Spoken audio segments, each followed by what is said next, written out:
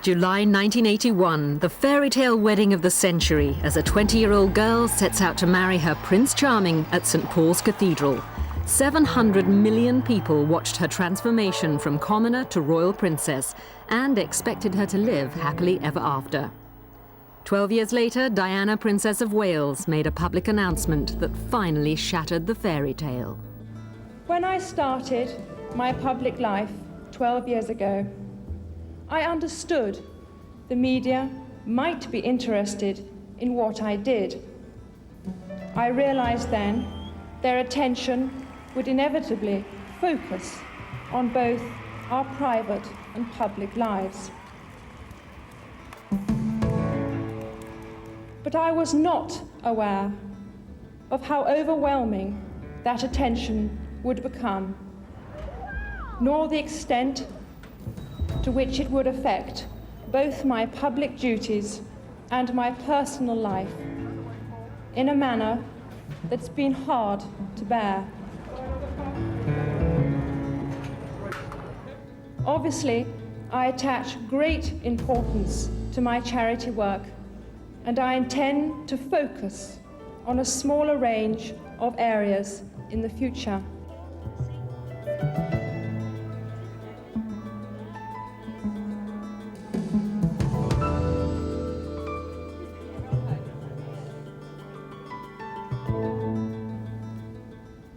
Over the next few months, I will be seeking a more suitable way of combining a meaningful public role with hopefully a more private life.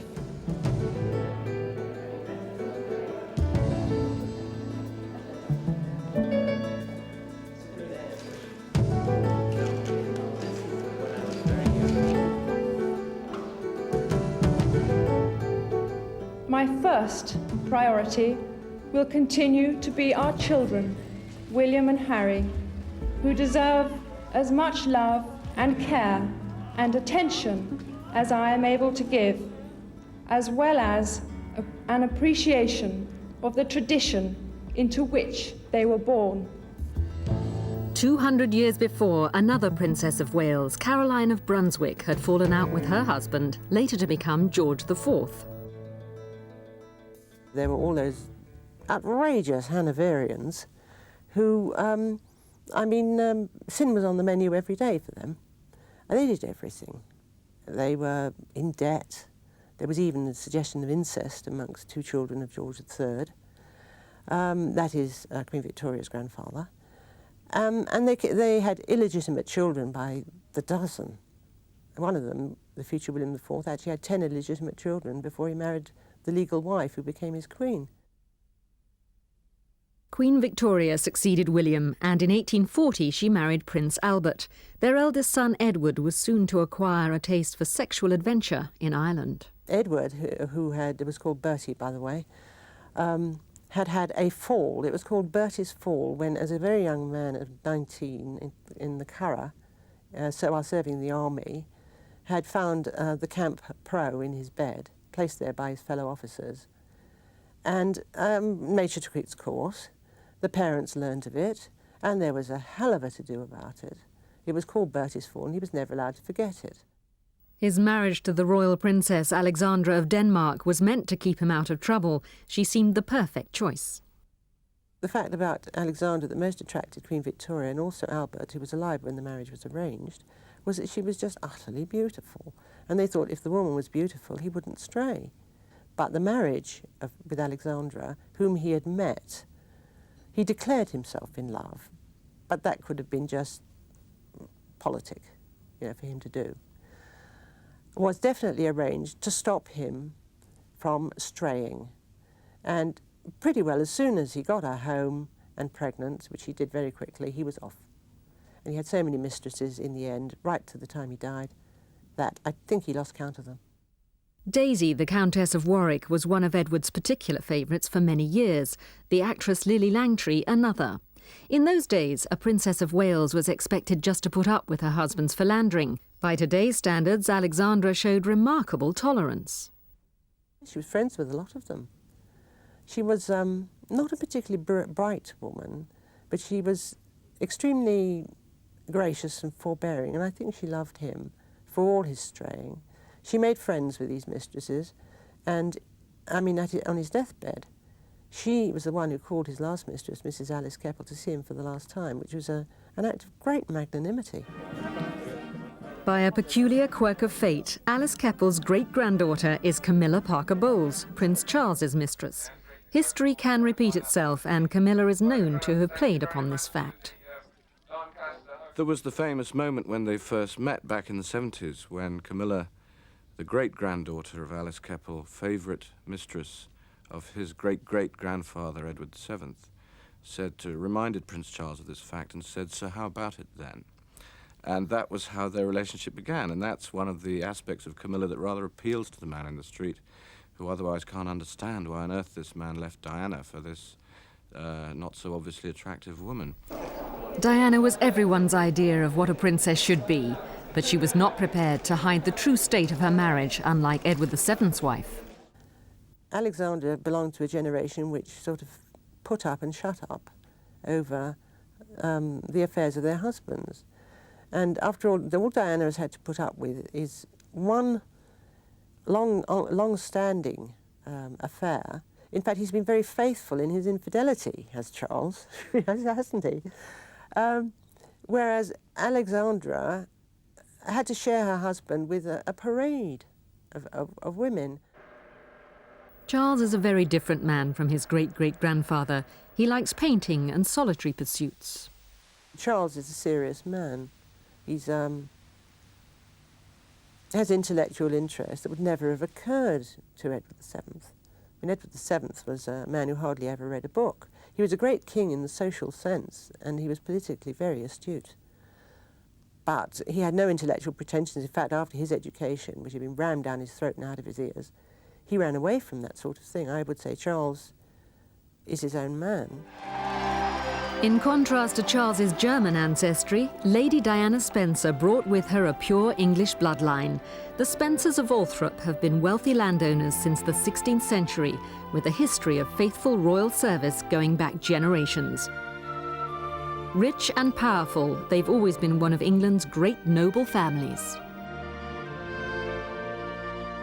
I think the Spencer family, which of course is a much more British and much older and more traditionally British family than the Windsors, probably does carry in its genes the grit and determination and stubbornness that Diana has quite rightly shown in being the first Princess of Wales in British history not to tolerate her husband having affairs. By standing up to the royal family, Diana earned respect from those who once wrote her off as just a pretty airhead. Once she stamped her foot on behalf of womankind, she became an icon praised by Camille Parlier and all feminists around the world. It's why she's become, quite rightly, an icon for feminism, whereas previously she was just some clothes peg, famous because of who her husband was. But let's not forget, she's the daughter of a hereditary earl.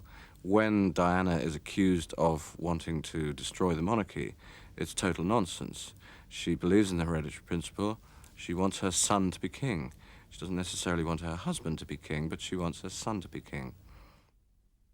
One Prince of Wales who was born to be king but never became one was David, the never-crowned Edward VIII.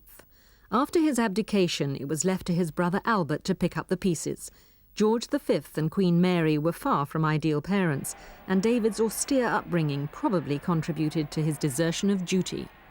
He never had a mother who really was really what he wanted. Queen Mary was somewhat cold. She didn't like children, she didn't like childbirth, she didn't like pregnancy, and she didn't like what went before either.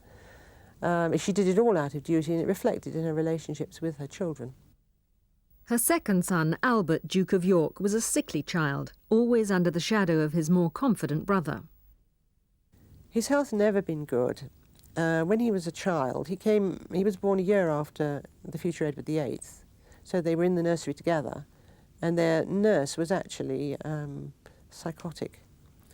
It's a measure of the lack of care Queen Mary took that such a person ever got to be in charge of the two princes. And she neglected him for the sake of her his elder brother, whom she preferred. She didn't feed him properly. She just didn't look after him properly, and he had ulcers and he developed a stammer. That was probably because he was bullied by his father. He had every nervous sort of manifestation you can imagine. Queen Mary was a very forbidding figure. You just look at photographs of her, very, very shy, very reserved, and quite unable to talk about what was in her heart. You could not imagine a royal child climbing on her lap and giving her a great big hug. It just wasn't on. Psychologists would now recognise them as a dysfunctional family. They were terrified of their parents. They were emotionally repressed. They were frightened of their mothers, they were frightened of their fathers. And conversation was absolutely painful, with the most terrible tension. There's no cheerful family banter.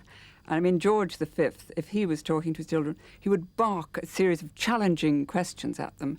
And these poor little children were so frightened. They would cry, but they could never answer. And then he would get into a terrible rage.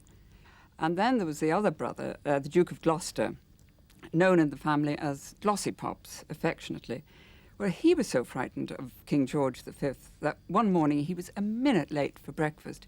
But rather than face the wrath of his father, he fainted at his feet. And, so frightened was he. And this was typical of all of them. Despite his unhappy childhood, David, as Prince of Wales, showed a self-confidence that made him immensely popular. But his private life was already unorthodox. The trouble with Edward VIII, when Prince of Wales, and he was a very good Prince of Wales for a very long time, was that he had a penchant for married women. And he had two mistresses, Mrs. Dudley Ward and Thelma Lady Furness. And it was mostly because of his attachment to Frida Dudley Ward, who came first, when he was about 18, that she sort of kept him unmarried. It was difficult to prize him away from her in order to get it long enough for him to sort of even pay attention to anyone else. David, on the left, had very different tastes in women to his shy brother Bertie on the right. There was some talk that he was going to marry Elizabeth Bowes-Lyon, and you know who she came to be. They were horrified when this thing came out, and both strove to deny it very, very vigorously, particularly him. It isn't that she wasn't beautiful, because she was utterly beautiful, but she was just not his type, and nor was he hers. And actually, the Duke of York, or rather Prince Albert, as he really was rather in the background, because he was shy and awkward, and, he stammered, and he didn't think he was good enough for her. And there's no reason to think that she thought the same way. But there were all these other glamorous lads who got in the way. Eventually, because he was so persistent, he got to her, and she realised what a lovely person he was. It is with the greatest pleasure that the King and Queen announce the betrothal of their beloved son, the Duke of York, to the Lady Elizabeth Bowes-Lyon, daughter of the Earl and Countess of Strathmore. He had a terrible temper, inherited from his father, made worse by the fact that he had the stammer, by the fact that he was so shy, so nervous, so, in a way, unresolved. This made his temper very short. He had a terrible temper, a really kind of shouting temper. When the pressures of being the Duke of York upset him, Elizabeth could always calm him. If something went slightly wrong, he would get absolutely furious. And she would just take his wrist and say, "Now, Bertie," quietly, tick, tick, tick, and just sort of as if taking his pulse would calm him. And it used to work miraculously. Meanwhile, the Prince of Wales had fallen deeply in love with the twice-married Wallis Simpson. She fascinated him. One thing, being an American, she wasn't really in awe of the king as much, say, as a British woman would have been. She spoke her mind. She was a woman, a very confident woman of the world. She spoke to him as an equal. She wasn't as deferential as most people were. Certainly all those Debs that he met here were terrified of him. He didn't ever like young, unmarried girls that go out. All his mistresses were women with husbands. That's what he liked. A confident woman, a bossy woman, a woman who knew her way around in the world. And the Duchess of Windsor, Wallis Simpson, was the supreme bossy woman all their life. She simply bossed him. She's a woman who had two husbands living and very self-confident. And this, I think, is what appealed to him more than anything. In 1936, David became King Edward VIII and ascended the throne briefly before abdicating in order to marry the now divorced Wallis Simpson. The wedding had to take place in France, away from a shocked Britain. They all hated her. They thought that she had stolen the king. She had made him lose his crown. They all thought she was a terrible adventuress. They all thought she was simply after the position. And what they all thought was that once she had got him, once she had married him and wasn't the queen, that she would ditch him as she had ditched two other husbands. They assumed she was simply an adventuress who was after the throne, and once she didn't get it, that she would clear off. That fact didn't happen. But that is why they thought she was just a good-time girl, is what they thought she was. David's abdication was a terrible blow to his stammering, uncertain brother. Next in line of succession, Bertie had no choice but to be crowned King George VI in 1937. He'd had no training and was totally unprepared for the role. This very nervous, very diffident, very insecure kind of man with no public presence whatsoever. And suddenly, overnight, and literally overnight, he had to become the King of England. And he really was very, very shaken by this. He burst into tears. He sat on the sofa with Queen Mary in floods of tears because he simply couldn't face the prospect, and he simply had to do it. There was no way out of it. Somehow he had to make the best of it and restore Britain's faith in its monarchy. He made a very shaky start, and to begin with, things looked bleak. Certainly in the early days, really, until the war broke out, which in a way consolidated his position because he was admired greatly, he and the Queen, for staying in England and for everything they did. But yes, he was very worried because his brother had this wonderful kind of crowd-pleasing ability. He could enthuse the crowds. He was extremely popular, very good with people, very good with small talk, all the things which the new king, King George VI, simply had no talent for, that kind of public life whatsoever. So really he did mind the fact that this very popular brother had gone, leaving this rather diffident, this rather colourless man in his place. He felt that very much. David and Wallis, now the Duke and Duchess of Windsor, were never welcomed back to Britain. They lived in exile in Paris.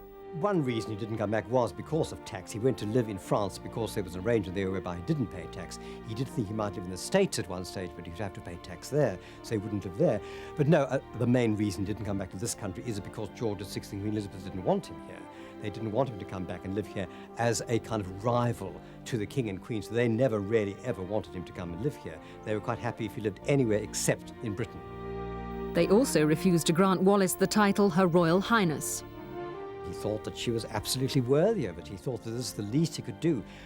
If he couldn't make her queen, and he was determined at one stage that she would be queen, and she was determined to be queen, the least that he could do for her was to make her a royal highness, and this is what he spent really his whole life battling for. This is the one supreme battle of his life. More important than anything was to make her a royal highness, and a battle, of course, which he never won.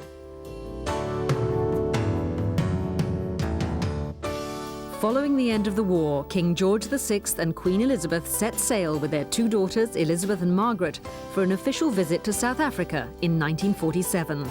This was their first time away from the pressures of wartime Britain, and the world was able to see just how relaxed and united they were as a family.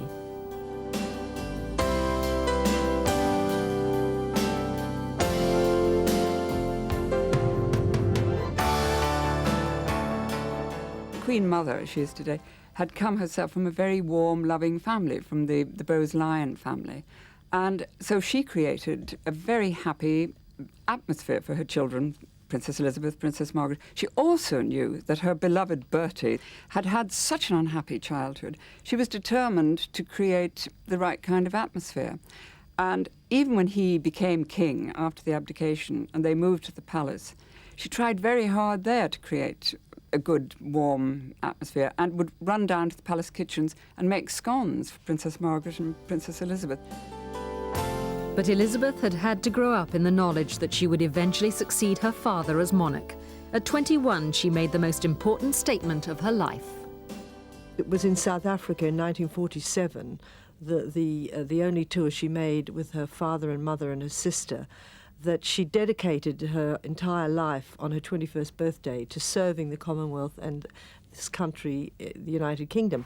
I declare before you all that my whole life, whether it be long or short, shall be devoted to your service and to the service of our great imperial family to which we all belong. God help me to make good my vow, and God bless all of you who are willing to share in it. On her return from South Africa, it was with delight that the country learned of her engagement to Lieutenant Mountbatten. As heiress presumptive to the throne, her choice of a husband was obviously a matter of intimate concern to every one of her father's subjects. With quick perception, the public realized that she had made a worthy choice.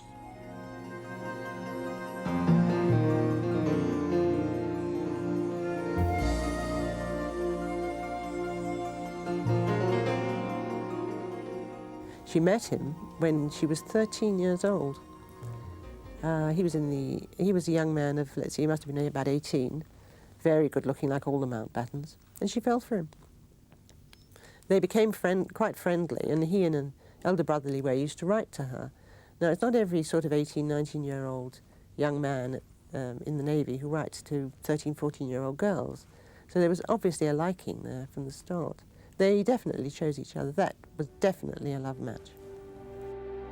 Elizabeth and Philip were married in November 1947. After the dark days of the war, it was an event that lifted the nation, and huge crowds wished their future queen well. At the glittering wedding ceremony in Westminster Abbey, everyone had great hopes for this fortuitous love match between the House of Windsor and the Greek royal family. As the royal prince, there was every confidence that Philip would make an admirable consort. But few guessed how soon his new wife would have to take on the duties of a monarch. The pressures of having to lead Britain during the long war years had taken their toll on her father. By 1952, he was too ill to travel, and Elizabeth had to leave for an official tour on his behalf. She said farewell to him for the last time. Within a few days, he was dead, at only 56 years old, and the nation mourned. I mean, the last 4 kings of England were killed by smoking, and he was one of them. But he was a likely candidate for an early death. Then there was the shock of the abdication, which he greeted in floods of tears, because he'd never been prepared for it, never expected it, and wasn't suited to it. And then came the war, which was a tremendous strain. And if you look at a picture of King George VI in 1939, even in his early 40s, he was young, he was handsome, he was upstanding, he had all his hair and all that. And at the end, he was at 49, he was drawn, he was tired, he was obviously completely played out. It ruined him. I think actually the Second World War did for him far more than the abdication did. His daughter was crowned Elizabeth II in June 1953, the first coronation to be televised. Millions of people all over the world witnessed the start of what was hailed as the new Elizabethan age. There was a feeling of great hope and expectation. At only 27, it was a huge responsibility for the new queen to take on. But in Philip, she had a strong, supportive consort. I don't think she could have chosen better, apart from the fact that he had very fine royal lineage in his own right. He was exactly the sort of character that she needed behind her as queen. Strong, he was manly, he was strict when he needed to be. I think it was a very, very suitable match, and it came about through their own personal choice. In public terms, I think Prince Philip's been an excellent consort to the Queen. You could almost compare him with Dennis Thatcher and Margaret. It's very difficult for a forthright man of strong views to surrender his identity to his wife, to walk one pace behind her and so on. He's had constant difficulties with that, but he may have put the odd foot wrong, made the odd inappropriate remark, but beyond that, he's done extremely well. But royal life can be boring for those on the sidelines, and without a job of his own, Philip's attention has strayed, and he sought other women's company. I think what is extraordinary is the way that all the rumours about his private life that one hears if one moves in these circles have never become public. Kitty Kelly is famously writing a book about him at the moment that may alter all that. But one of the questions I'm constantly asked is how has Philip got away from it, with it all these years? And until a few years ago, to attack Philip would have been to attack the Queen, so he was hors de combat, he was beyond the pale. I think that may be coming to an end now, and I suspect the next few years may hold some difficulties for Philip in which he might choose, quite rightly, to reach for his lawyers. In the early days of Elizabeth's reign, it was her sister Margaret who was getting all the press attention. She was the royal everyone wanted to see.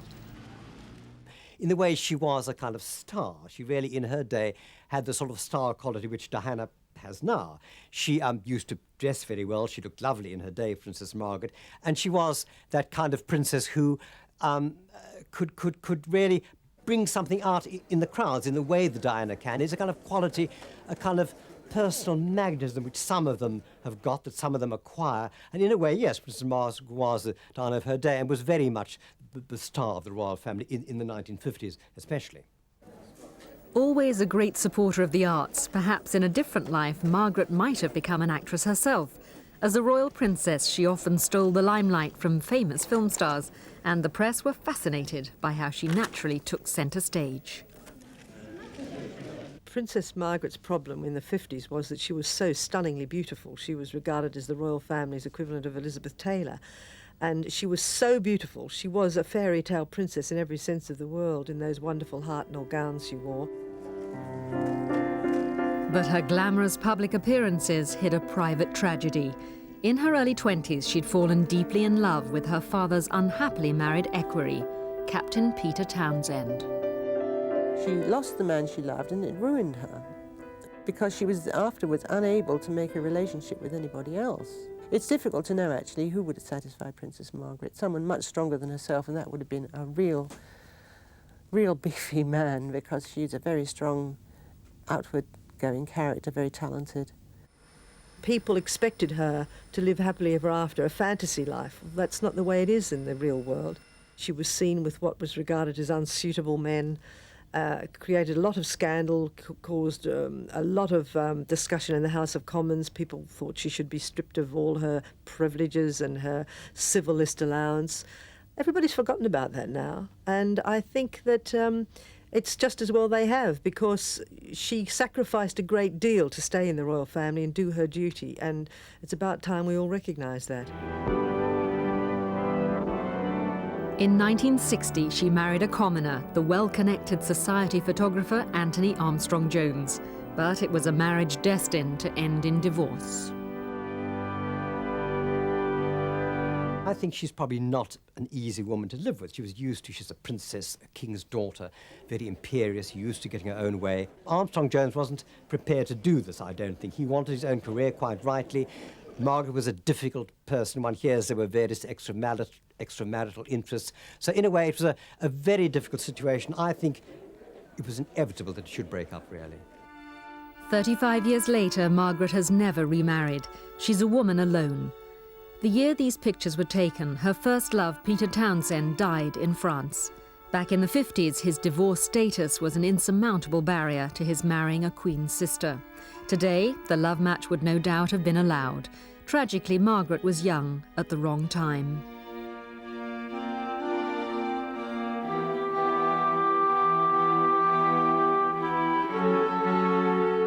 Unable to find someone to take Townsend's place, she casts a lonely shadow over the royal family.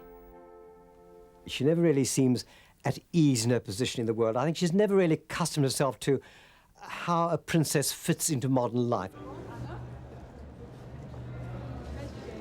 It seems to have been impossible for Margaret ever to find happiness again, because any man who takes on marrying a royal princess is taking on a hell of a lot. He's giving up, he's saying goodbye to his private life. He is really as much a prisoner as his wife is. And so it could be that we may see in 30 years' time Diana living in exactly the same position that Princess Margaret's in today.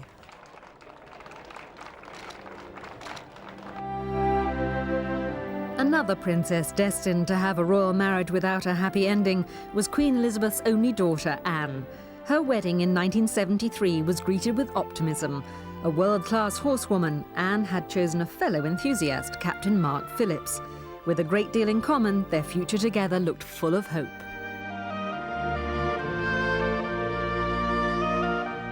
They fell in love and wanted to get married. They were both interested in horses, which is a great interest. They're both extremely good at horsemanship.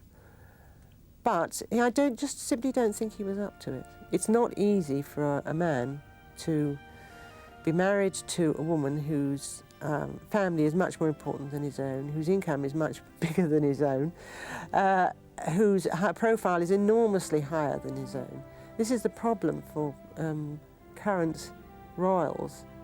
Because of the demise of so many other royal families, or the lack of respectability that some of them have suffered, it's very difficult for them to find anyone suitable to marry who's got comparable status to theirs.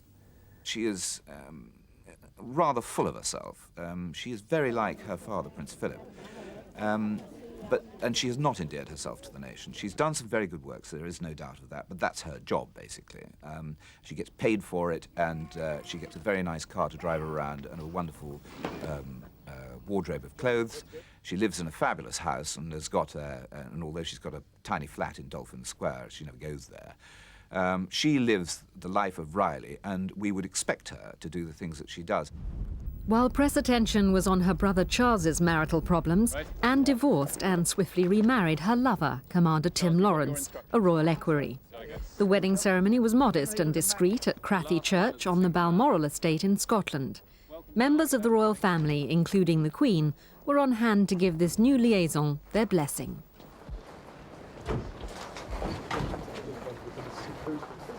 Again, Anne had got her own way with very little press criticism. The divorce of Princess Anne, Princess Royal, from Mark Phillips barely caused a ripple in the royal scene and didn't dent her image one little bit. She just carried on as if nothing had happened. The palace went out of its way to say, when there was a separation, A, that there were no plans for divorce, which we knew was absolute rubbish, because they knew, Mark and Anne both knew, when they got separated, that they were going to be divorced within 2 years. And when they were divorced, the palace then said there was no third party involved. And we all knew that at that time she had a friendship with Tim Lawrence, because letters written by him to her and her to him had been stolen by somebody, presumably in the palace, and had been made public. Tim Lawrence is not known for his horsemanship, and on the face of it has very little in common with his wife. Tim Lawrence is quite extraordinary in that he comes from a background which couldn't be further removed from Princess Anne's. I mean, if he tried, he comes from a working class background. Strangely enough, since he's been in the royal family, he's become even more royal than the royals and indistinguishable from any of them. He looks like them, he dresses like them, he even talks like them. And as somebody unkindly said to me a few days ago at Buckingham Palace, he's taken on this air of assumed aristocracy. Anne is a matrimonial pioneer, the first member of the royal family to ever divorce and remarry. As Tim Lawrence appears to be fitting seamlessly into his new position as royal husband, the signs are good she'll be lucky a second time around. Queen Elizabeth's second son, Andrew, married another commoner, Sarah Ferguson, in 1986. This wedding day had an exuberant atmosphere new to royal occasions. Guests and family seemed unusually lively to match the character of the new bride, and the overall mood was relaxed and informal, despite the inevitable pomp and ceremony. Even the Queen entered into the spirit of things, obviously happy that her favourite son had finally met his match in the spirited redhead the press had nicknamed Fergie. This was one girl who could keep her playboy son in check. The reigning monarch never looked happier. Diana too appeared to be enjoying the acceptance of someone her own age into the royal family. Here finally was an ally to help loosen up the stuffy traditions of the Windsors. But would Sarah last the course? And were she and Andrew really suited? With hindsight, they were a disaster in the making.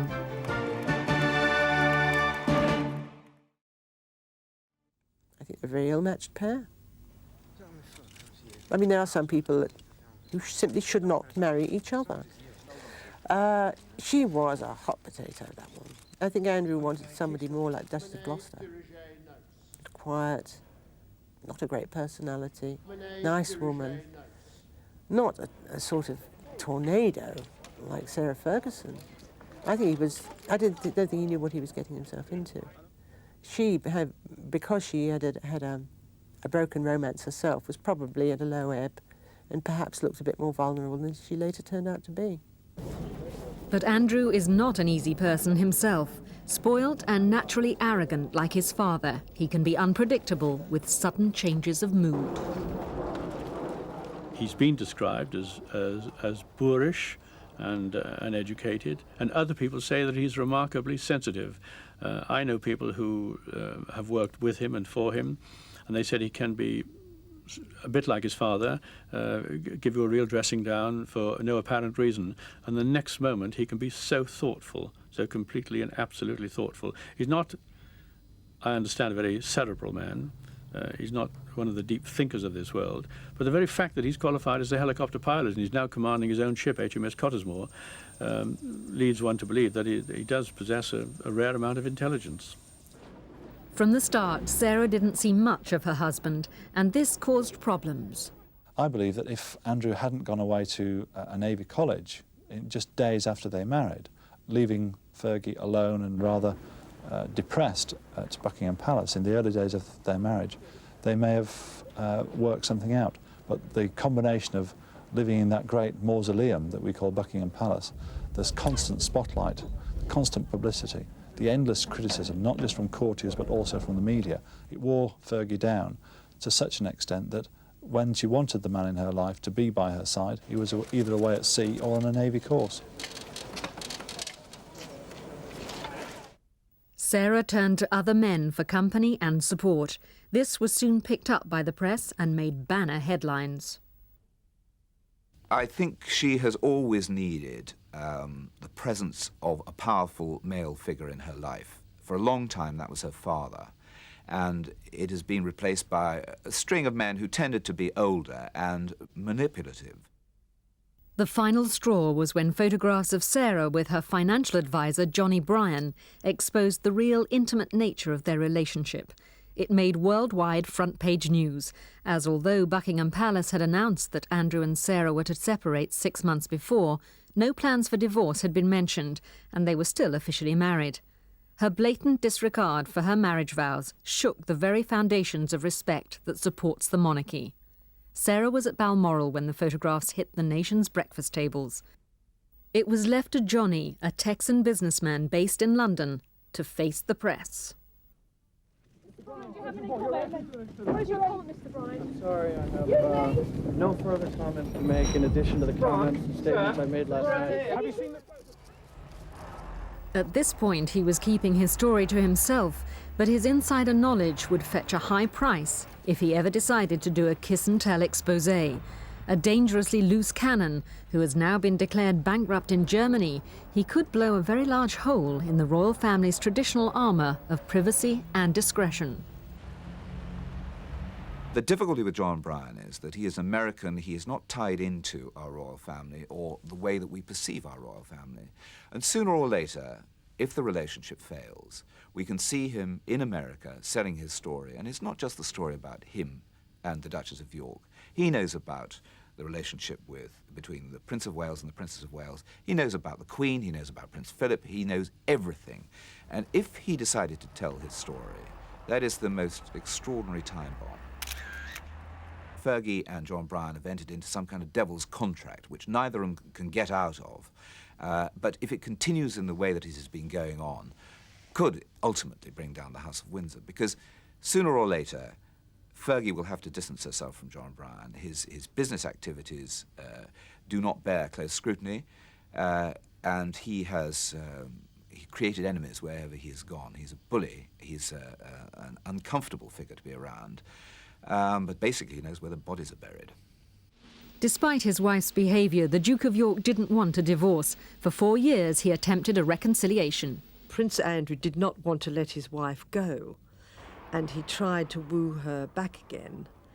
And they maintained a very friendly relationship because they are good friends, as well as for the sake of their children. Now, this was not the case with the Waleses, who were definitely, there was a war of the Waleses, and there was a lot of sniping at each other from their deeply entrenched positions.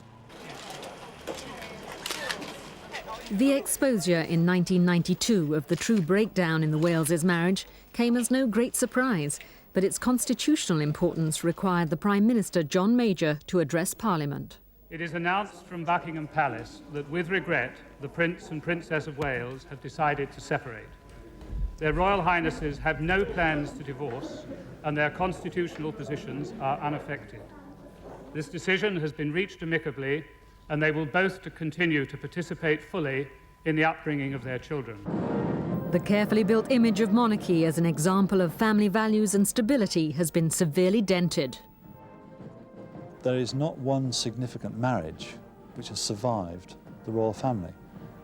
Princess Margaret's marriage ended in divorce, Princess Anne's ended in divorce, Duke and Duchess of York, Prince and Princess of Wales. So there's something about the royal family and the way that they behave towards outsiders which is very questionable. At the same time, it's very difficult for an outsider to cope with life in the goldfish bowl of Buckingham Palace.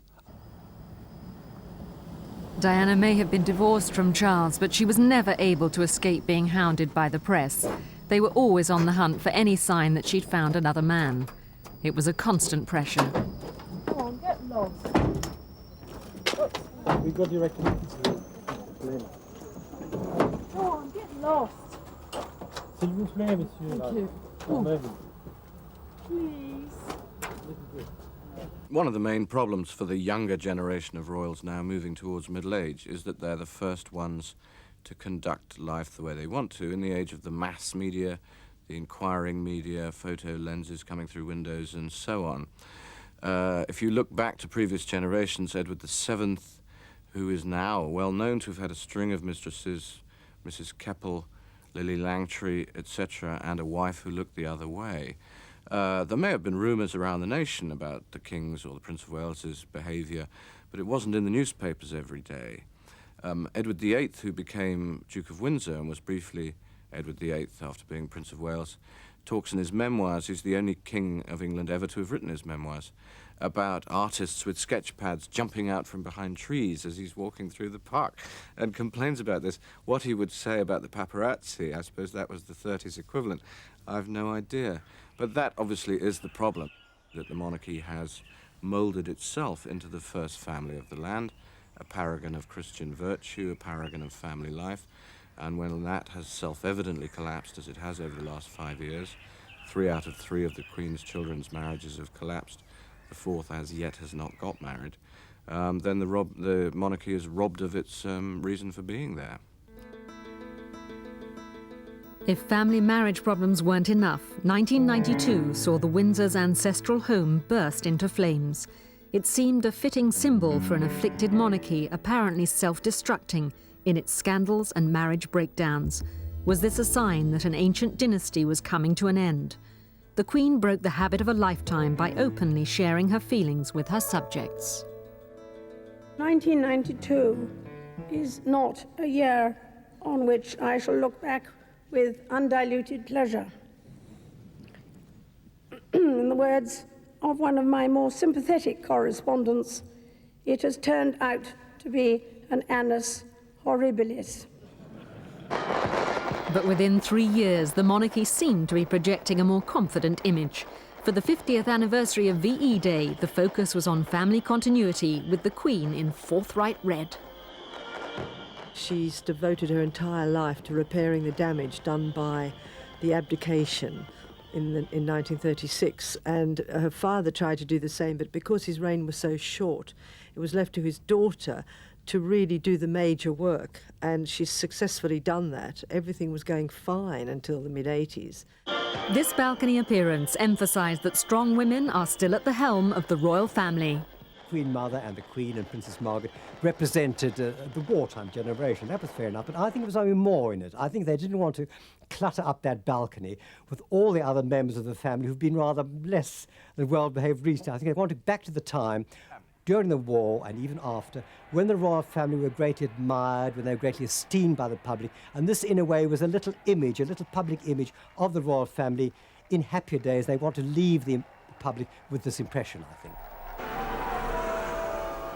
A new royal wedding, this time between Princess Margaret's son, Viscount Linley, and Serena Stanhope.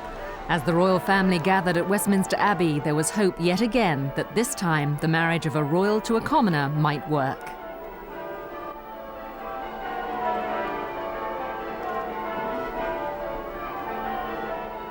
Even as an estranged, divorced wife, Diana wasn't banished from royal occasions. Diana's life was like a melodrama.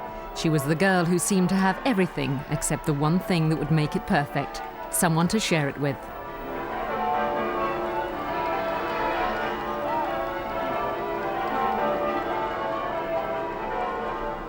Diana's brief romance with Dodi Fayed was cut short with her tragic death in the summer of 1997. Prior to that relationship, there were many men who were willing to take her under their arm, but Diana was always aware that any man she would fall in love with could eventually become stepfather to a future king. Diana's divorce settlement had to reflect the nation's love and esteem for her. Prince Charles's lawyers pleaded poverty and let it be known that he would offer a sum in the region of £4 million. In the event, a settlement of £15 million was agreed, yielding an annual income of about £100,000. Not a huge sum, bearing in mind her lost royal status. Following her divorce and loss of the title Her Royal Highness, Diana withdrew from mainstream public duties and resigned as patron of more than 100 charities. Her interest and loving care was a loss to the nation. Right up until her death, Diana remained in touch with her good causes and continued as patron of 5 of her principal charities, including the Royal Marsden and the Great Ormond Street Hospitals, the Leprosy Mission and the National AIDS Trust.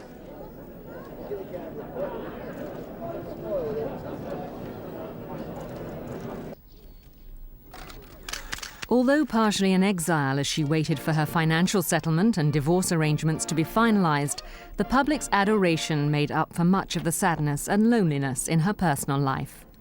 During her marriage, Diana was starved of love, romance, and affection, to such a degree that many of her friends felt that after her separation, she would fall for the first hussar who swept her off her feet. On royal occasions, she handled her unique situation as the ex-wife of the heir to the throne with dignity. The royal family, particularly the Queen, was pleased with the way she handled her difficult role. There were 1 or 2 mistakes which were not always Diana's fault, but she always behaved with great maturity and handled the shared custody of her 2 children well, especially at Christmas and Easter, when the Queen wished them to be seen with the royal family. Above all for Diana, the happiness of her children was paramount in all she did. Her search for a suitable partner filled thousands of column inches in newspapers and magazines around the world. Mr. Wonderful had to fit the dream of most women. He had to be Mr. Right, Sir Right, and Lord Right, with the background and the financial support to keep Diana in the style to which she and her adoring public were accustomed.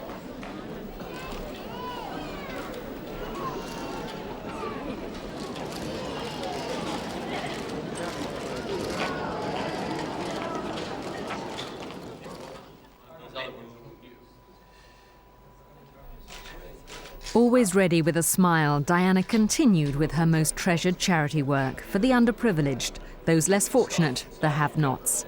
Their warmth and understanding kept her going at even the bleakest moments.